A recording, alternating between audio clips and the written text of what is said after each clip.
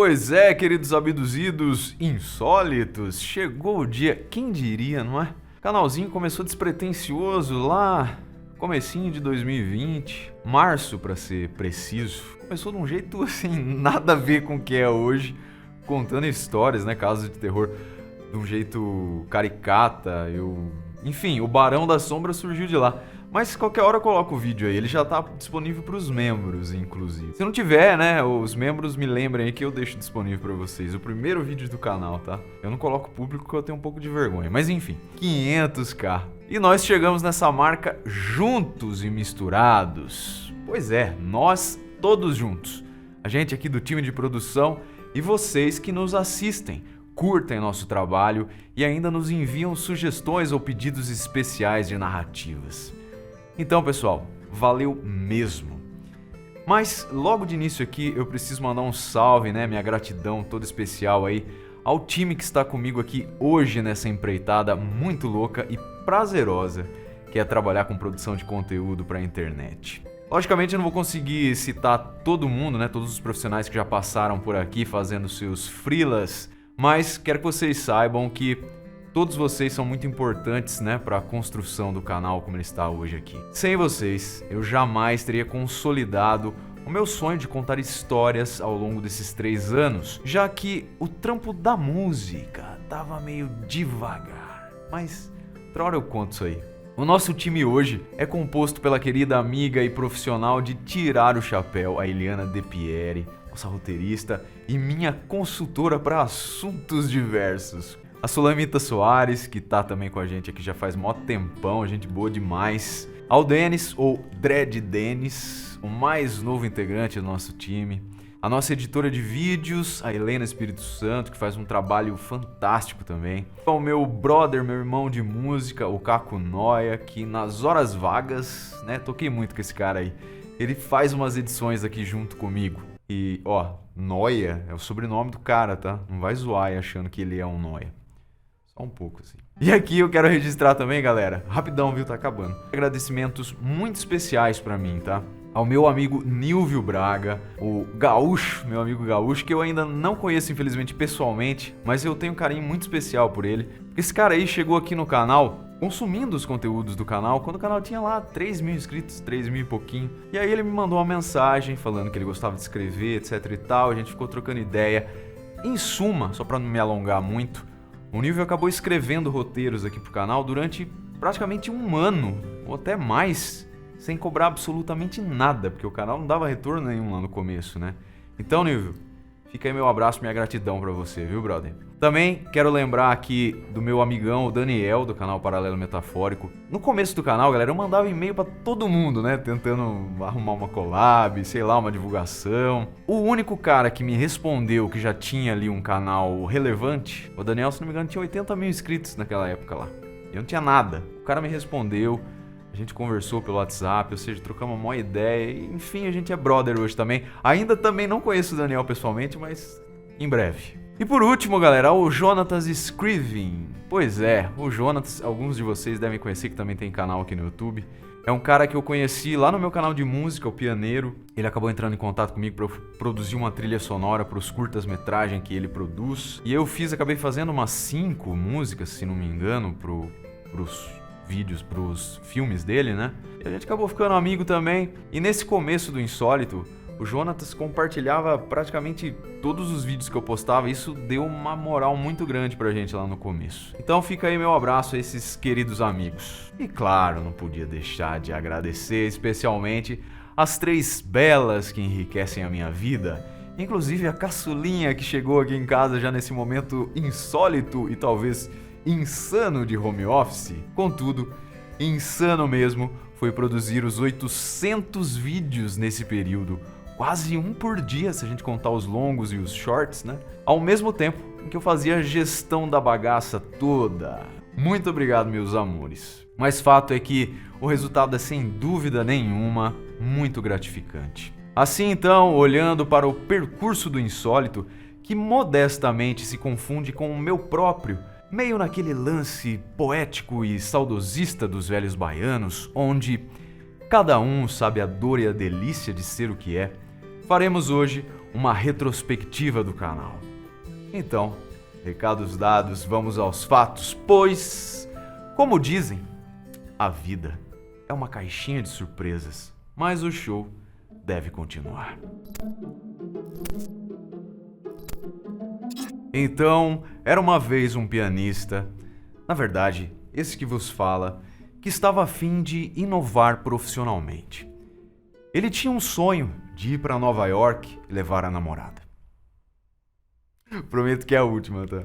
Descer além em mim, né? Ainda bem que eu não comecei a falar de caso nenhum, porque tem um povo aí que não tem muito senso de humor, né, meu? Se é que me entende. O pessoal que acompanha aqui sabe do que eu tô falando. E hoje é dia de festa, eu não quero ser malhado, não. Deixa pra lá. Pois bem, resumindo aqui, galera, falando sério agora, a ideia sempre foi contar histórias que o público curtisse. Então, com base nos meus próprios gostos e na conferida daquilo que a galerinha assistia no YouTube, nasceram os primeiros roteiros. A temática era bem abrangente e incluíamos relatos ufológicos, que eu curto pra caramba, por sinal. Também histórias sobrenaturais, que eu também gosto, de terror psicológico e criminal, e passando por alguns clássicos que misturam realidade e ficção. Um dos episódios mais vistos, produzidos naquela época, foi sobre os fantasmas do voo 401. Inclusive, essa história é bem interessante desse caso aí, porque, veja só, no começo do canal eu fazia tudo sozinho. Para produzir e soltar com frequência aqui vídeo toda semana, levantava e ia pesquisar o caso que eu ia fazer. Aí eu achei esse caso aí do voo 401, né? Então, pesquisei, fiz o roteiro, garibei ele todo para gravar, gravei. Depois do almoço eu editei, criei a thumbnail, subi, fiz título, tudo. Soltei o vídeo às 7 da noite, que era o horário que os vídeos saíam aqui no canal, né? Ou seja, o dia inteiro produzindo um vídeo. Pensa na doideira. Nessa narrativa aí, galera, apresentamos os eventos do trágico acidente de um avião da empresa aérea Eastern Airlines. Uma aeronave moderna e com somente 4 meses de utilização, mas que fatidicamente caiu na região pantanosa da Flórida em 29 de dezembro de 72. O piloto, o Robert Bob Loft, e outras 100 pessoas morreram, ao passo que os sobreviventes do voo 401 ainda enfrentaram na escuridão daquela madrugada os terrores da região infestada por jacarés e a demora do socorro. Posteriormente, ocorreram muitos avistamentos da tripulação fantasma do 401, que chegaram até mesmo a causar pânico e o cancelamento de voos da empresa. Veja só. Nós discorremos sobre informações técnicas do acidente, as supostas razões dos aparecimentos fantasmagóricos do Bob Loft, dos outros tripulantes e dos passageiros mortos no acidente, e por fim, como a situação aparentemente foi resolvida. Uma lenda urbana do mundo da aviação que guarda o testemunho de profissionais sérios e que por isso desafia os descrentes. Então, para quem não se lembra dos detalhes nem das várias hipóteses, vale muito a pena revisitar esse vídeo. E de quebra, recomendamos que vocês assistam também o episódio do navio holandês voador. Sabem o porquê? Porque marujos do mar e araújos do ar têm muita coisa em comum, inclusive suas maldições. Pois bem, apesar deste início diversificado, o canal acabou se firmando mesmo em histórias de true crime. Foram os seguidores, vocês, que definiram a nossa direção. E já vamos relembrar episódios criminais super especiais. Antes, porém, vale citar que algumas vezes pipocaram por aqui outros relatos com elementos, no mínimo, bem estranhos. Aí vocês já sabem, não é? Certas pessoas acreditam bem facinho nas teorias sobrenaturais e outras são totalmente incrédulas, do tipo, só acredito vendo. Eu só acredito. Então, lá por setembro de 2021, nós postamos a história criminal verídica que ficou conhecida como Os Anjos de Cokeville.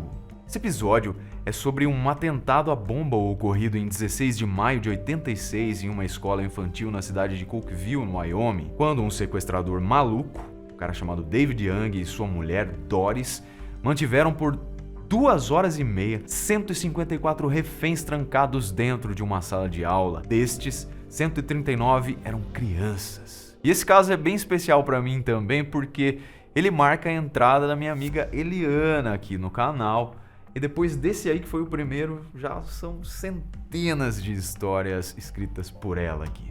E galerinha, fazendo um parênteses aqui bem rápido, imagina esse tanto aí de meninos juntos, confinados numa sala de aula, e na frente deles um cientista do mal com uma bomba incendiária. E a molecada naquela época sem qualquer coisa, sem celular para se distrair. Pois é, mais complicado do que a gente possa pensar.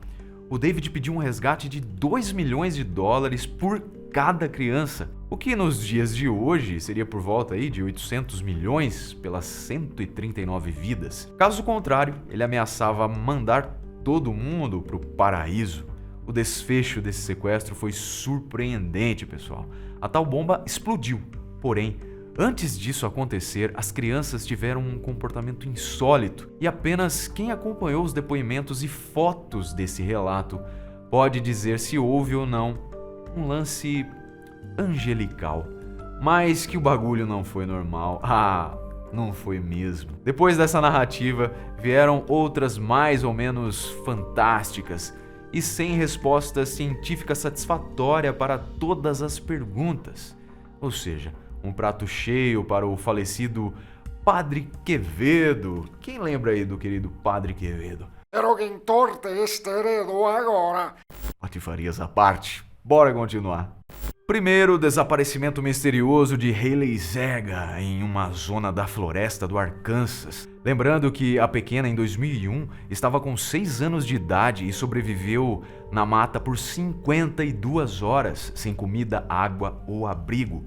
Um feito considerado impossível, salvo se ela não estivesse sozinha. E aí tá a questão, né? Será que foi pura sorte? Ou ela recebeu uma mãozinha do além? Isso aqui, inclusive, me fez lembrar que no início do canal eu chamava os seguidores, vocês, né, de amigos imaginários, vejam só. Porque o canal chamava... Esqueci agora como chamava.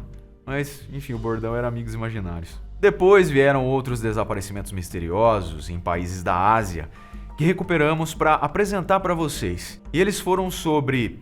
a turista francesa Nora Coirin, uma adolescente com deficiência intelectual e motora que meio que evaporou do quarto de um resort na Malásia em 2019. Depois, o Mohamed Akap, um corredor de ultramaratona que nesse mesmo ano foi engolido pela floresta, pela terra, ou talvez abduzido por gênios malignos e levado para uma dimensão paralela, como muitas outras vítimas.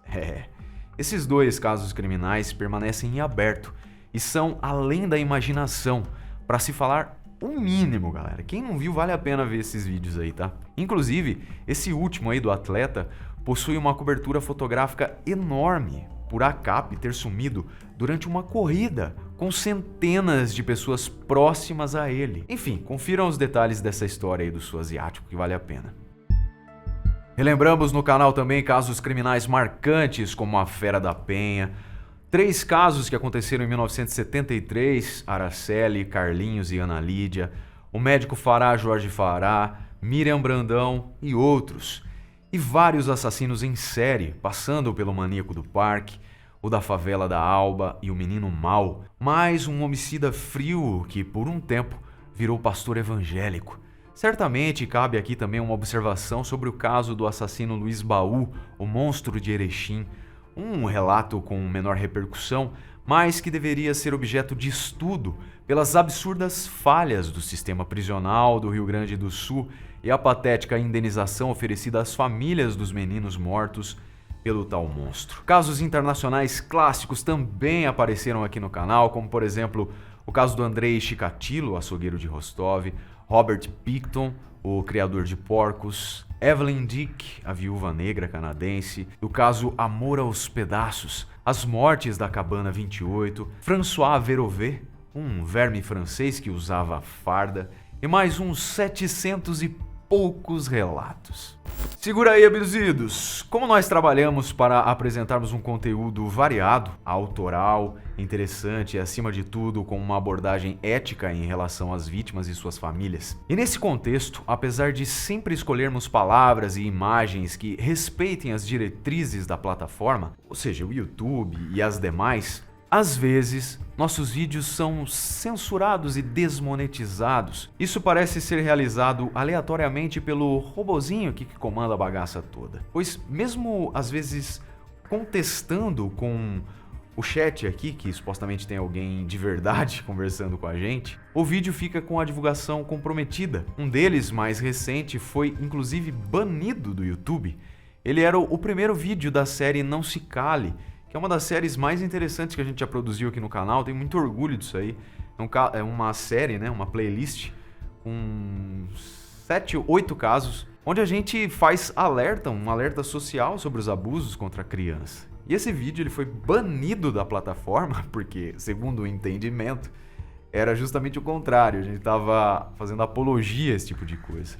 Vocês talvez nem imaginem, mas ainda acontece que em alguns relatos nacionais, que envolvem famílias abastadas, digamos, aqueles caras que podem pagar muitos advogados, coisa que a gente ainda não pode, pessoas entram diretamente em contato conosco e pedem a remoção do conteúdo. Se nós tiramos do ar, alguns sim, né? Porque vemos e convenhamos, né? Cautela e canja de galinha, sempre. E assim nós chegamos em fevereiro de 2021, em comemoração aos 50 mil inscritos, onde apresentamos o caso Phoebe Handsjuk. Esse roteiro especial foi realizado em parceria com o podcast Café, Crime e Chocolate. Recordando que a morte de Phoebe, aos 24 anos, foi absolutamente terrível. Sobre a vida dessa moça, resumidamente, galera, sabe-se que ela era dependente química e apresentava um quadro de instabilidade emocional, e como se não fosse pouco, a Phoebe, há 18 meses mais ou menos, vivia um relacionamento abusivo com um cara chamado Anthony Hempel, o namorado dela. Então, em 1º de dezembro de 2010, após confidenciar à avó que iria terminar o romance com Anthony, ela retornou ao apartamento onde eles viviam, na cidade de Melbourne. Na manhã seguinte, seu corpo foi encontrado no depósito de lixo do luxuoso prédio em que eles viviam. Phoebe, inacreditavelmente, teria escorregado pela calha de lixo do prédio por 40 metros, até cair no triturador de lixo que a feriu mortalmente. Muitas irregularidades ocorreram durante as investigações, aquilo que podemos chamar de um tremendo trabalho mal feito, até a sua conclusão inconclusiva. Os pormenores do caso vocês podem conferir e também refletir sobre meios, motivos e oportunidades, se pensarmos na tese de homicídio. E galerinha, uma segunda morte suspeita ocorrida 8 anos depois dessa, novamente envolveu uma namorada de quem? O Anthony Hempel. Então já sabem, né? Garotas, mantenham distância desse cara. No mínimo, ele dá azar. Depois disso, em 14 de junho de 2021, em comemoração aos 100 mil inscritos, apresentamos o caso Ed Gein, o pai do terror. Esse roteiro, também muito especial, foi realizado em parceria com o Aprendiz Verde Crime. Recordando que o Ed Gein, um maníaco, além dos homicídios reais que praticou, da exumação de corpos femininos e do seu maldito ateliê de costura, também serviu de inspiração para várias histórias ficcionais, dando vida a assassinos pervertidos que ganharam milhões de admiradores nos cinemas. E aposto que todos aqui, ligados em canais de True Crime, sabem quem são esses amaldiçoados, não é? Modéstia à parte, nós primamos nesse vídeo com um roteiro da hora e uma super contextualização dos tais filmes criminais. E depois relatamos os fatos da vida desse assassino, desde sua infância perturbadora. Também algumas análises de como ele finalmente fez o que fez e se transformou no pai do terror. E lembrando aqui do velho Ed Gein, nós podemos imaginá-lo se divertindo lá no inferno, sentadinho à frente de sua máquina de costura, à espera de mais tecido, se é que vocês me entendem. No canal nós também tivemos especiais temáticos 2021, 22 e 23. No Natal de 21 apresentamos 5 relatos de crimes cometidos no Natal, histórias especialmente traumáticas para os familiares e amigos das vítimas, justamente pelas tristes memórias deixadas nessa época. O destaque dessa série foi a apresentação dos fatos associados à misteriosa morte da estrela mirim Joan Bennett Ramsey. Confiram também a absurda história de Ronald Gene Simons, um sargento aposentado da Força Aérea Norte-Americana que no feriado de Natal de 87 executou metodicamente 14 membros de sua família, incluindo uma garotinha, ao mesmo tempo sua filha neta, resultado de uma longa prática incestuosa.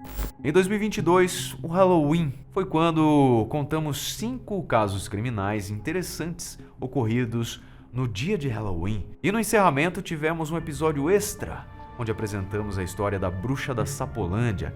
Essa mulher foi responsável pela morte de crianças que viviam aos seus cuidados e cujos corpos estavam enterrados no seu quintal. Célia de Souza, a tal bruxa, escapou das fogueiras da Santa Inquisição e da punição judicial, mas transformou-se em lenda urbana e continua assombrando as ruas de Campo Grande, cidade onde ela viveu. Os pecados capitais nós apresentamos em 2022. Caprichamos muito para produzir esse especial, hein, galera? Inspirado no filme Seven, Os 7 Crimes Capitais, obra-prima do gênero policial dirigido por David Fincher. Escolhemos 7 casos criminais, cada um deles representando um pecado capital: gula, avareza, luxúria, ira, inveja, vaidade e preguiça. E duvidamos que vocês tenham todos eles guardadinhos aí na memória, não é? Então, fica a dica aí para revê-los. Ainda em 2022 foi a vez do especial Religiosos Assassinos. Dividido em 2 episódios, foram 6 relatos tensos que provaram que o hábito realmente não faz o monge. Já em 2023 veio a série Não Se Cale, com o objetivo de ser um alerta aos pais e responsáveis de crianças e adolescentes. Esse especial contou com 8 histórias de true crime envolvendo menores de idade. Inclusive foi dessa playlist aí que aquele vídeo foi banido. Algumas das meninas, vítimas, demonstraram coragem extraordinária ao sobreviverem, denunciarem seus agressores e, apesar de tudo, pelo que passaram, reconstruírem uma vida feliz. Assim, também não se esqueçam de Sabine Dardenne, que manipulou um serial killer, Sally Horner, a verdadeira Lolita do livro, muito menos da pequena Sofia Ocampo, recentemente agredida sexualmente e morta aos 2 anos e 7 meses de idade. Nosso apelo, pessoal, com essa playlist foi, continua sendo e sempre será: não se calem, denunciem. Incluímos também no nosso portfólio o relato Flor de Lis Questiona ou Adora, um pedido da Globoplay. Nele, exploramos a biografia de Flor de Lis dos Santos de Souza, conhecida publicamente como ativista social, mãe de 55 filhos, cantora gospel, pastora evangélica e deputada federal. Sua trajetória pessoal e o chocante assassinato de seu marido, o pastor Anderson do Carmo, ocorrido no dia 16 de junho de 2019, na casa da família em Niterói, Rio de Janeiro, deram ensejo à produção da série documental, sobre a qual tivemos a oportunidade de falar e que foi disponibilizada pela plataforma de streaming. Também inovamos ao trazermos alguns casos ao mesmo tempo em que eles eram investigados e noticiados pela imprensa, tais como da blogueira Gabi Petito, do jovem ator Ryan Graham, os crimes em Idaho, a morte de 4 crianças em Alvorada, Rio Grande do Sul, um caso sujo de vingança perpetrado pelo próprio pai das vítimas. Outro episódio foi sobre a misteriosa chacina em Brasília, em janeiro de 2023, investigação com grande repercussão nacional, onde alguns dos envolvidos passaram de suspeitos a vítimas, quando seus corpos foram sendo encontrados um a um. Por fim, vieram à tona os responsáveis e a motivação dessas mortes, um crime baseado tão somente na cobiça. Igualmente, acompanhamos de perto os lamentáveis e covardes ataques à creche Aquarela, em 4 de maio de 2021, a escola Tomásia Montoro, em 27 de março de 2023, e a creche Bom Pastor, em 4 de abril de 2023. A sombra do medo que massacres em escolas produzem nos fizeram refletir durante alguns dias sobre como poderíamos contribuir na busca de uma solução. Então, inspirados também pelo ativismo da escritora e amiga Romy Erling, uma voz que não se cala diante da violência e impunidade, decidimos realizar uma produção diferente, onde contamos com a participação colaborativa de pessoas extraordinárias, com diferentes competências profissionais. O querido amigo Beto Ribeiro, a psicóloga e perita criminal Rosângela Monteiro, o psicólogo Carlos de Faria e os youtubers e amigos Daniel Bruno, Fábio Carvalho e Ju Cassini. Esse episódio foi especialmente dedicado às vítimas da creche Bom Pastor, mas uma vez que os meios de comunicação já estavam realizando uma ampla cobertura do caso, nós buscamos outro viés do acontecimento. Mesmo estando dentro da temática de true crime, a qual estamos acostumados, matanças em escolas são um tipo de crime perverso e covarde na sua essência, o que causa em nós, de maneira singular, profunda indignação e revolta. Por isso, consideramos que esse foi um dos conteúdos mais difíceis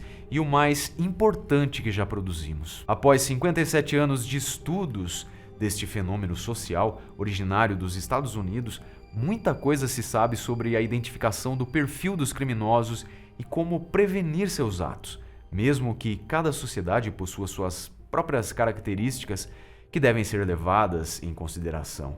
O tema é complexo, multifatorial e não existe um responsável ou um gatilho único para quem possamos apontar o dedo e eliminá-lo.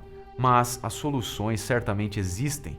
Elas passam pelos núcleos familiares e também pelo poder público. Por isso, focamos na necessidade de colocar de lado nossas pequenas vaidades políticas para juntos exigirmos a severização do nosso Código Penal e a rígida tramitação de projetos de lei que tratam do aumento da segurança nas escolas. Não podemos deixar cair no esquecimento. Eu falo porque vejo aqui na minha cidade que no momento do atentado lá em Santa Catarina, as escolas tomaram providências, o poder público, mas o negócio já está caindo no esquecimento. Não podemos, a gente precisa virar essa chavinha aí na cabeça de nós, brasileiros. Ou seja, galera, nós podemos fazer sim a diferença ao acompanharmos o trabalho dos nossos prefeitos, governadores e demais políticos eleitos que foram para, por meio de seus bem remunerados cargos, atuarem em benefício de todos, principalmente dos mais indefesos. Talvez isso até pareça um clichê ou conversa de botequim, mas definitivamente não é. Tampouco são relatos fictícios ou filmes violentos na televisão que nós simplesmente desligamos a televisão quando ficamos assustados e vamos dormir. Como falamos no episódio sobre a creche em Santa Catarina, a história do futuro da humanidade está passando e sendo escrita agora. Podemos ser ou não protagonistas de ações efetivas referentes a essa causa. Porém, é preciso agirmos de maneira rápida e constante antes que novas tragédias ocorram. A gente criou o episódio Quanto Vale a Vida. Você pode ajudar a mudar essa história, como um pedido de socorro daqueles que foram calados para sempre. Por favor, assistam e compartilhem esse vídeo. Seria a melhor forma, aqui para finalizarmos esse vídeo especial, de comemorarmos o atingimento de 500 mil de conexões humanas reais, apesar de virtuais, aqui no Insólito. É isso, galera. Eu espero que vocês tenham gostado, estejam gostando, continuem com a gente. Vamos batalhar, trabalhar aí pra gente chegar em 1 milhão de inscritos. Perdoe as brincadeiras aí que a gente fez aqui durante a apresentação, mas a ocasião permite, não é? Obrigado por sua companhia e até o próximo episódio.